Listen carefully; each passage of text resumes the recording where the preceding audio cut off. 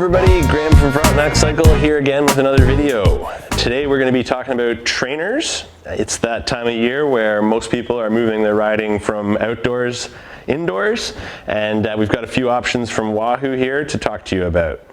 So we have three different options from Wahoo. The KICKR SNAP is the starting level that they offer. It is a wheel drive trainer, which means that you're going to put a trainer tire on your bike, pop the bike into the stand, and tighten the resistance unit against the tire. All of the range from Wahoo is compatible with different training apps like Zwift, where you can do a virtual training. The big differences as you go up the line are the accuracy and the power rating.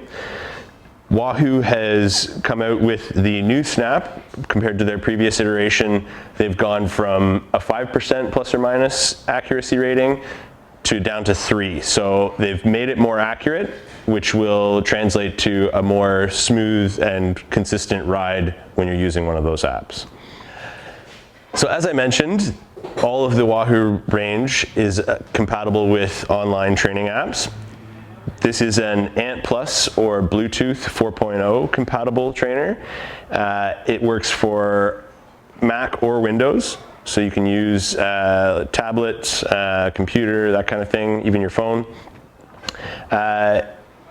The reason most people go to a smart trainer is that it provides a more realistic and engaging training experience compared to, say, a dumb trainer where you're just spinning your legs. This will provide resistance that mimics what you do in a real life setting, so that makes it a little bit more engaging. Moving on from the KICKR SNAP, next model up is the KICKR Core. As you can see, the big difference between these two is that this is a cog drive trainer, which means that you take the rear wheel off your bike, remove the cassette, slide it onto here, and then your bike can just sit right onto the trainer like that. It is compatible with through axle and quick release options, so most bikes will fit on it. One of the advantages from moving from the Snap to the Core is you get a more accurate power reading. The Core has a plus or minus of 2% accuracy rating. So when you're training again on, say you're on Zwift, it will be a more reliable and more accurate reading of your power output.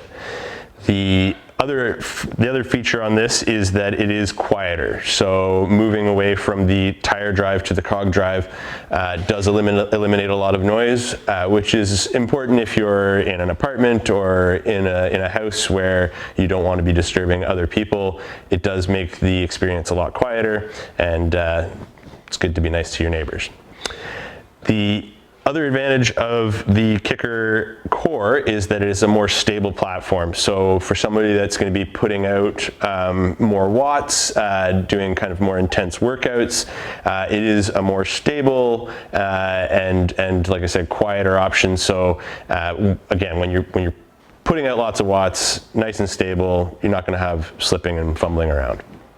Taking a break from the trainers for a second, we'll talk about the accessories you can buy to go along with your trainer. Wahoo makes the KICKR Climb and the KICKR Headwind. These are accessories you can buy to, again, create a more realistic experience. The KICKR Climb is a part that you attach your forks to, and it has a range of a decline of 10% and an incline of 20%. So again, to mimic that, if you're doing a virtual ride, you're climbing the Alps, you can, your bike position will mimic what it's like to actually climb a very steep hill or descend a steep hill. The KICKR Headwind is a fan that will recreate, as the name suggests, a headwind. These units pair with your device so that you can either set the fan to be a manual setting, or you can actually pair it so that it will read your heart rate monitor, your computer, the trainer, so that it knows when to give you more cooling, less cooling. It's a very cool feature. I've tried it before and was blown away by how realistic it actually made the ride feel. We do also have the KICKR Mat. This is kind of to protect the floor beneath where you're riding. Chances are you're going to be sweating a lot, and it will protect the floor from sweat drips. It also does give your bike and your trainer a nice stable platform to, again, not move around and make a lot of noise or scuff your floor when you're putting out serious watts. So moving on from the KICKR Core, we're going to the KICKR V5. It's the 5th iteration of this particular unit, and it is the quietest of all of them so far. It is also the most accurate. It has a plus or minus of 1% accuracy to the power output. It's got a 16-pound flywheel, and it also provides the most resistance, so up to 2,200 watts of resistance. It comes with a cassette, so it only comes with one type of cassette, so if your bike that you're putting on it has a different cassette, you'll probably have to switch that out, but this is kind of a standard road bike cassette. The other feature that this has over previous KICKR iterations is it has the Axis foot pads here, and what those foot pads provide is a side-to-side movement that mimics what it's like to be on your bike in real life. The idea with these smart trainers is to recreate the experience of riding indoors, and so along with an extremely quiet and extremely accurate, it does also have the side-to-side movement that you would experience when you're riding a bike, standing out of the saddle, generating a lot of watts.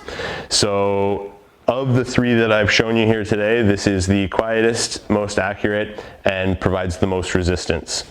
I hope this video was helpful to give you an introduction to the Wahoo lineup, and if you have any other questions, please comment down below or give us a call at the shop. All right, if you enjoyed that video, make sure to hammer that like button and subscribe, because we've got more coming to you. Thank you very much.